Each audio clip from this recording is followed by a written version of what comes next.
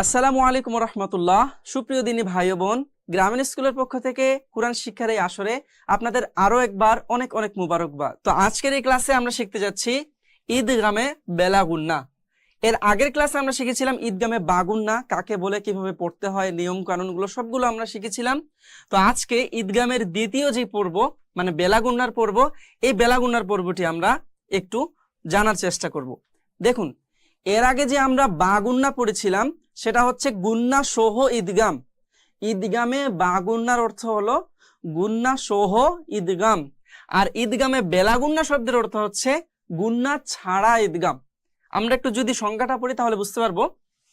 ঈদগামে বেলাগুন্নার হরফ দুইটি। আমরা সকলেই জানি যে ঈদগামের হরফ মোট 6টি, আর ঈদগামে বাগুন্নার হরফ ছিল তার মধ্যে 4টি, এবং বাকি যে দুইটি সেটা হলো ঈদগামে বেলাগুন্নার হরফ, আর সেটা হচ্ছে লাম এবং র। তো এই দুইটি হরফ কি করতে হবে? নুন সাকিন ও তানবিনের বামে এই দুইটি হরফের যে কোনো হরফ আসলে ওই নুন সাকিন ও তানবিনকে গুন্না ছাড়া, আমি আপনাদের বললাম ঈদগামে বেলাগুন্না মানে গুন্না ছাড়া ঈদগাম, তো গুন্না ছাড়া মিলিয়ে পড়তে হয়। তো এখন যদি আমরা একটু এক্সাম্পল গুলো বা উদাহরণগুলো দেখি তাহলে হয়তো আমরা খুব ভালোভাবে বুঝে যেতে পারবো। দেখুন, এই জায়গায় নুন সাকিন আছে, প্রতিবারের মধ্যে নুন সাকিনের বামে কোন হরফ আছে এটা আমাদেরকে দেখতে হবে। এখানে দেখতে পাচ্ছি আমরা নুন সাকিনের বামে আছে লাম। তো নুন সাকিনের বামে যদি লাম থাকে তাহলে সেটা কিসের হরফ? সেটা হচ্ছে ঈদগামে বেলাগুন্নার হরফ।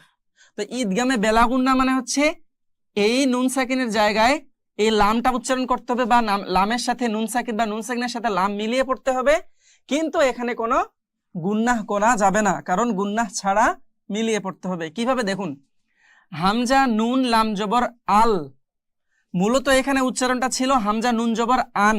কি ছিল? আন, আন, এবং তারপরে লা, আন লা। কিন্তু যেহেতু এই নুন সাকিনের সাথে লামটা আমাদেরকে কি করতে হবে? মিলিয়ে পড়তে হবে।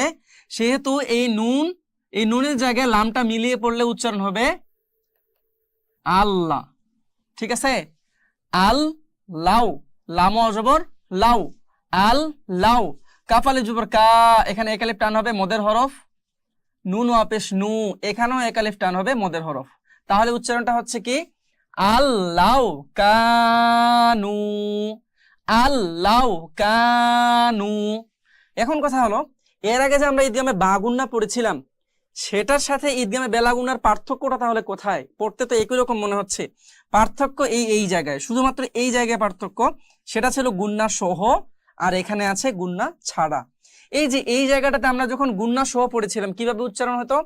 আল্লাহ, আল বলে যে সময় দিতাম, গুন্না করতাম, এই সময়টা এখানে দেওয়া যাবে না।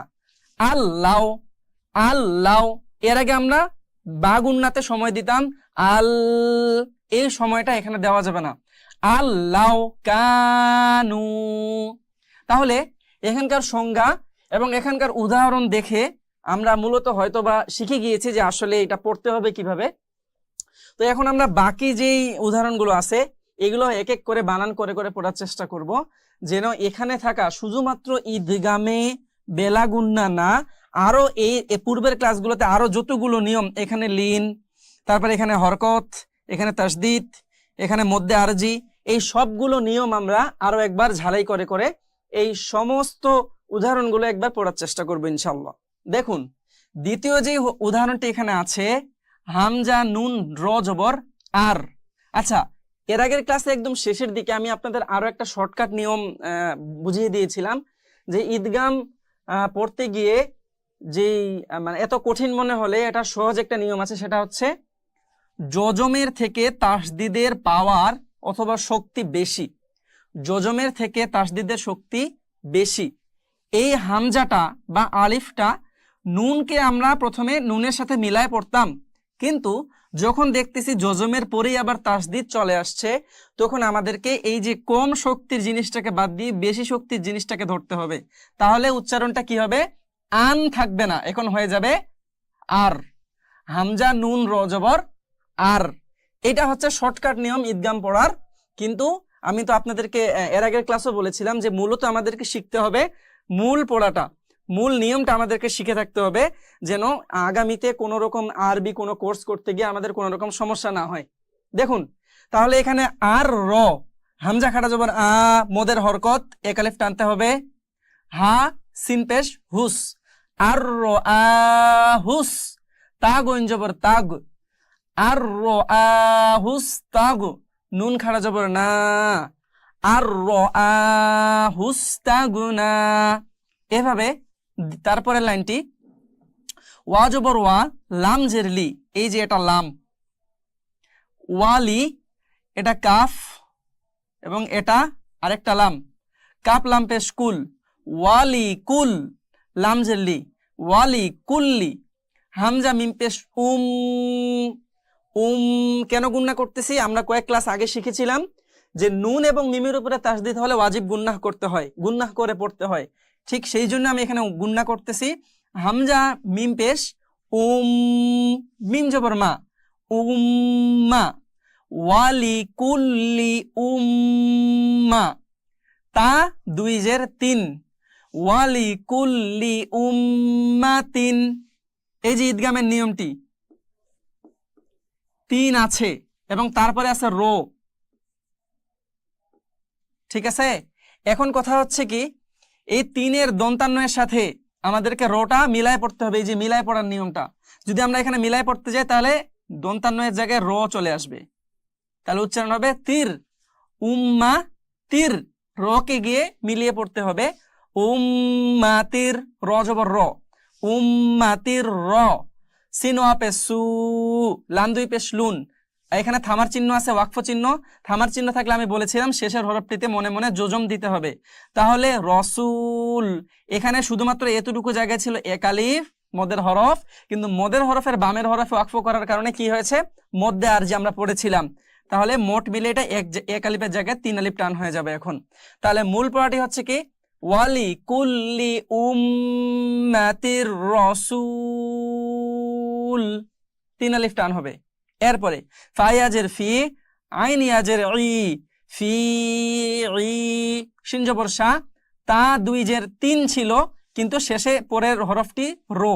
আমি বলেছিলাম নুন সাকিন অথবা তানবিন এর বামে যদি এই দুইটি হরফ আসে, কোন দুইটি, এই দুইটি হরফ আসে, তাহলে গুন্না ছাড়া মিলিয়ে পড়তে হবে, তাহলে তা র দুই জের তীর উচ্চারণ হবে, এই যে তীর এখানে যেভাবে হয়েছিল এখানেও সেভাবে হবে, সি ঈশাতির, র আলিফ জবর র, দোয়াত জের দি, র দি, ইয়া হা জবর ইয়াহ, এখানে এটা বাদ গিয়ে এখানে যোজম হবে এবং এই নক্তাগুলো বাদ যাবে, সি ঈশাতির রাদিয়া।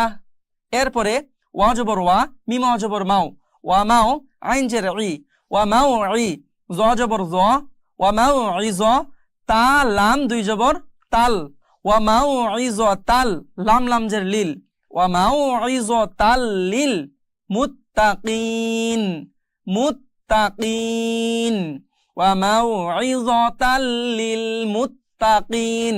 এই জায়গায় তান হলো না, তান কিন্তু মূলত বানান করলে আসতেছে তান, কিন্তু এখানে লাম থাকার কারণে ঈদগাম হয়ে গিয়ে এখানে তাল হয়ে যাবে। এরপরে যেই শব্দটি এখানে ব্যবহার করা হয়েছে ওয়া ইয়া জবর ওয়াই, এটা লিন, ওয়াই লাম দুই পেশ লুন ছিল কিন্তু এরপরে লাম আসার কারণে এটা লুল হয়ে গিয়েছে, ওয়াই লুল লিল, ওয়াই লুল লিল মুতাফফিফিন, মুতাফফিফিন, ওয়াইলুল লিল মুতাফফিফিন।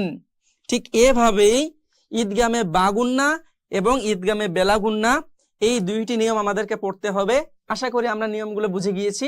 এই নিয়মগুলোকে ফলো করে এই টাইপের আর যতগুলো শব্দ কোরআনে বা অন্যান্য নামাজের হোক বা অন্যান্য মাসনুন দোয়াগুলোর মধ্যে আমরা পাবো, সেই জায়গাগুলোতে এই নিয়মগুলো মেনে আমাদেরকে পড়াগুলো শুদ্ধ করে নিতে হবে।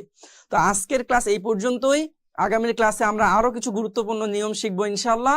ততক্ষণ পর্যন্ত ভালো থাকুন, সুস্থ থাকুন। আসসালামু আলাইকুম ওয়া রাহমাতুল্লাহ।